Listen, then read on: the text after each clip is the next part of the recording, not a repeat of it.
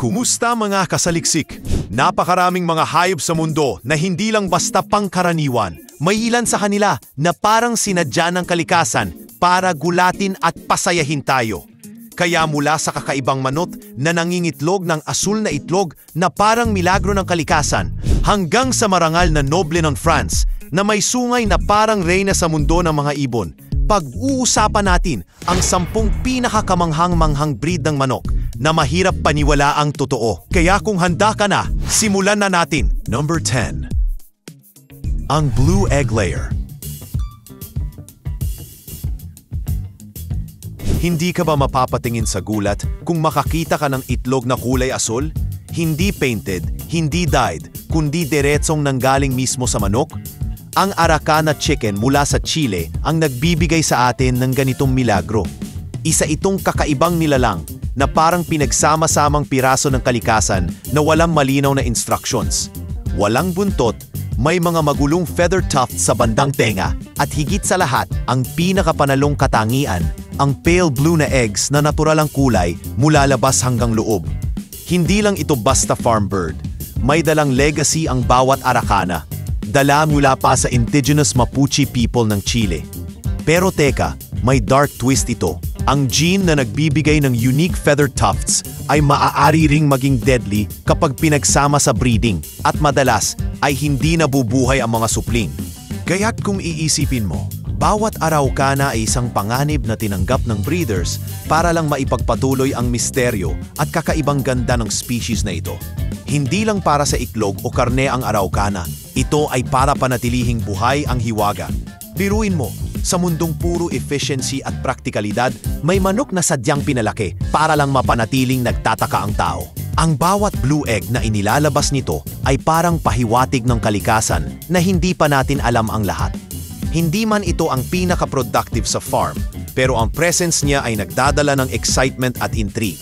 Isang paalala na ang mga simpleng bagay, kahit isang itlog lang, ay pwedeng magpatibok ng ating puso sa tuwa at pagkagulat.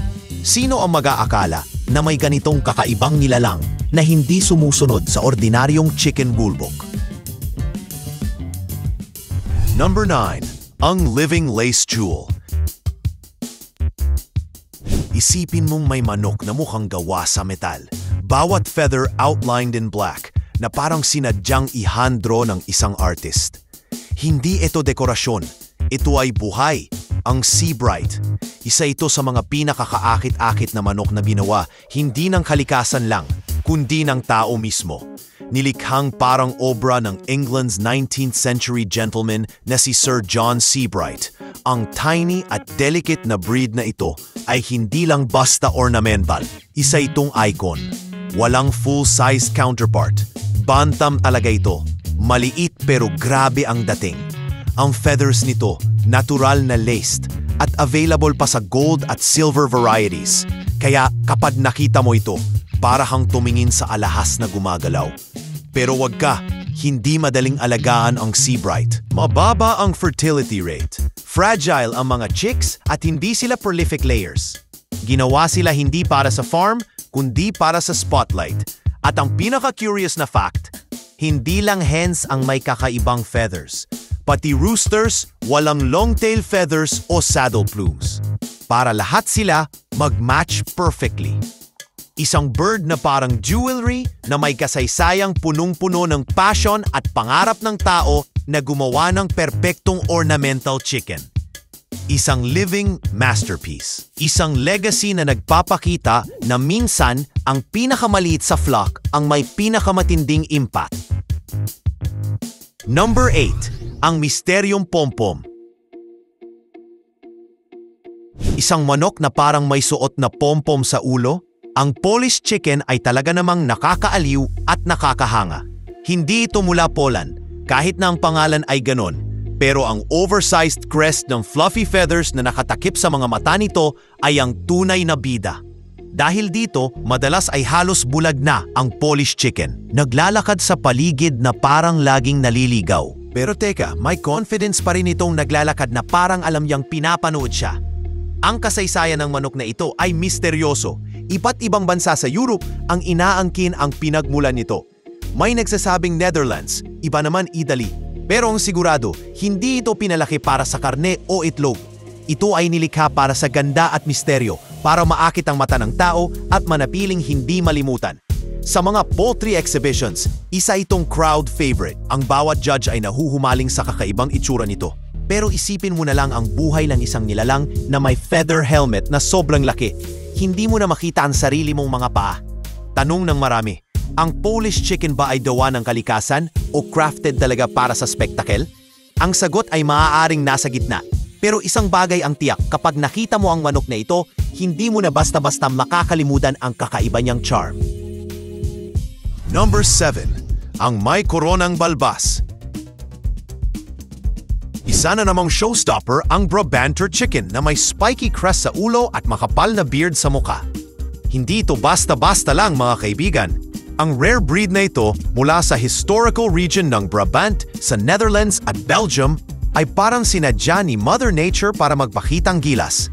Makikita pa nga ito sa mga old paintings mula pa noong 17th century. Patunay na kahit noon pa, captivated na ang mga tao sa kakaibang hitsura nito. Ang V-shaped comb na nakatago sa ilalim ng wild crest, dagdagan pa ng balbas na halos natatakpan ng beak. Wow! Parang manok na may suot na crown at mask sabay-sabay. Pero hindi lang puro itsura ang Brabanter. Ito ay cold-hardy, alert, at surprisingly calm. Kahit pa mukhang over-the-top ang feather style nito, hindi ito maramot magbigay ng steady supply ng white eggs. Hindi man ito flashy sa competitions at hindi rin pinapansin ng mga farmers na naghahanap ng mas productive breeds. Pero kapag nakita mo na ang Brabanter, siguradong tumatatak ito sa isip mo. Isa itong paalala na minsan, ang mga hindi napapansin ay may sariling klase ng ganda na hindi kayang tapatan ng iba. Number 6. Ang mahalagang bantam. Maliit pero ubod ng ganda, ang Millefleur du Uccle Bantam ay parang manok na isinusuot para sa Royal Ball. Ang ornate feathering nito, full beards at mga bota ng balahibo sa paa ay sobrang detailed na bawat isa ay parang bulaklak. Ang pangalan nitong Millefleur ay ibig sabihin 1,000 bulaklak at totoo nga, bawat balahibo ay may gold-orange tones na may white tips na parang dusted ng petals. Galing Belgium, ang breed na ito ay hindi lang basta maganda. Kilala rin ito sa pagiging gentle at affectionate. Mahilig itong sumama sa keeper, parang maliit na alagang prinsipe o prinsesa na gustong mag-explore ng paligid. Pero huwag kang mag-expect ng maraming itlog mula rito. Ang Millefleur du Uccle ay hindi para sa production, kundi para sa companionship at shows. Kaya sa mga kompetisyon, lagi itong patok sa mata ng judges at mga audience. Hardy at madaling alagaan, swak ito para sa mga nag-aalaga na mas pinapahalagahan ang personality kaysa dami ng itlog.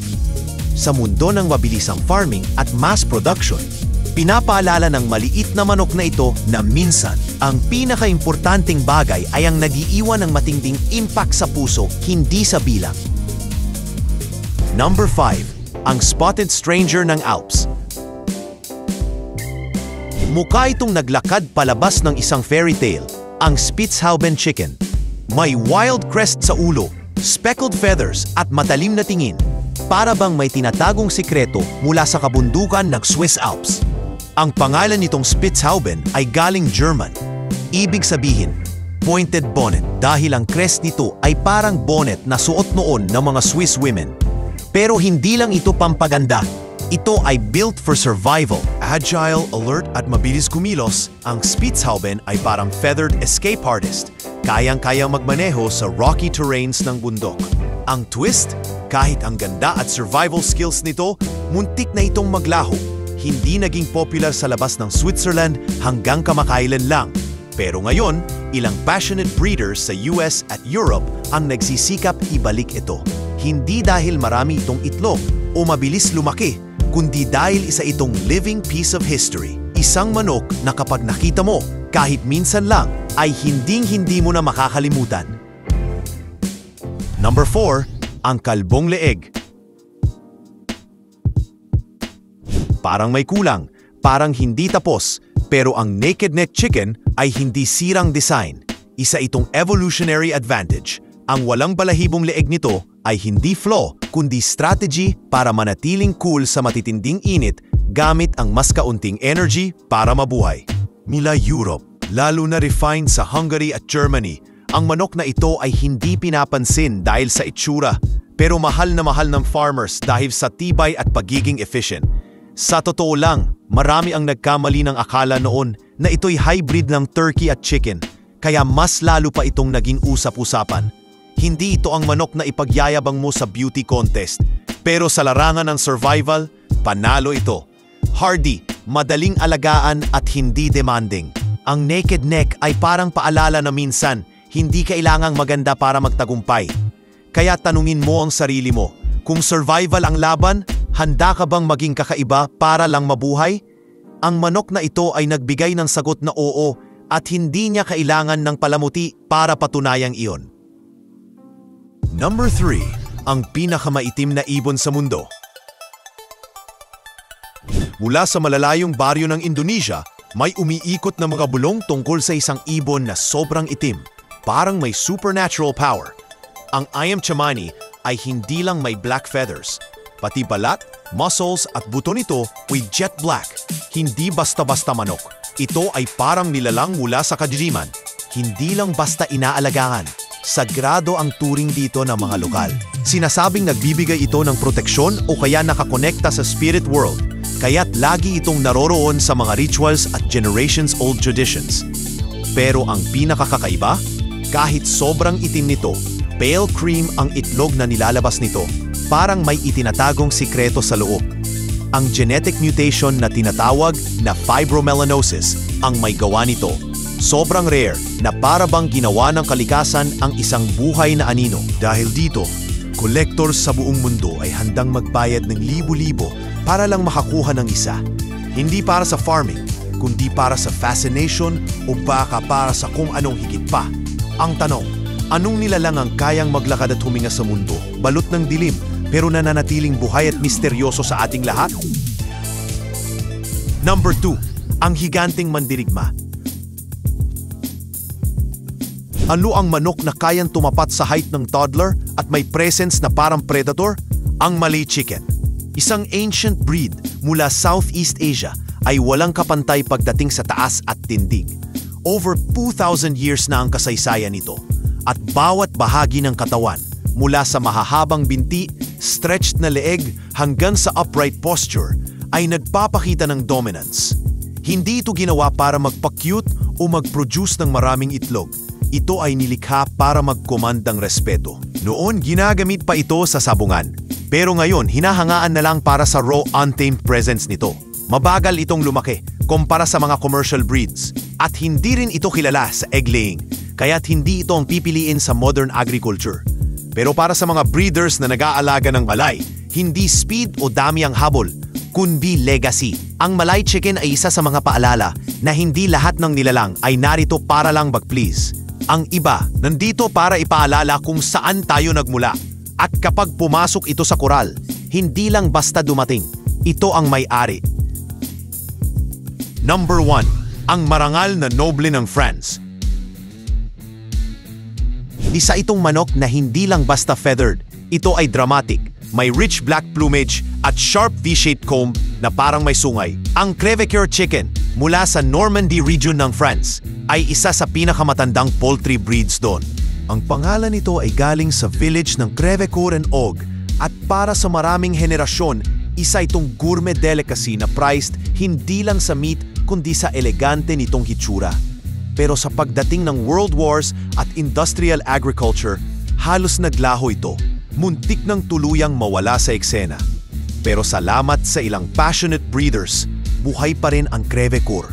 Hindi ito ang pinakamaingay o pinaka-flashy sa flock, pero may dala itong tahimik na klase ng power. Ang klase na hindi na kailangang makipagkumpetensya dahil sa sarili nitong panahon. Ito na ang reyna. Isa itong living symbol ng nakaraan, isang paalala na minsan ang pinakamagagandang kwento ay galing sa mga nilalang na halos nalimutan ng mundo.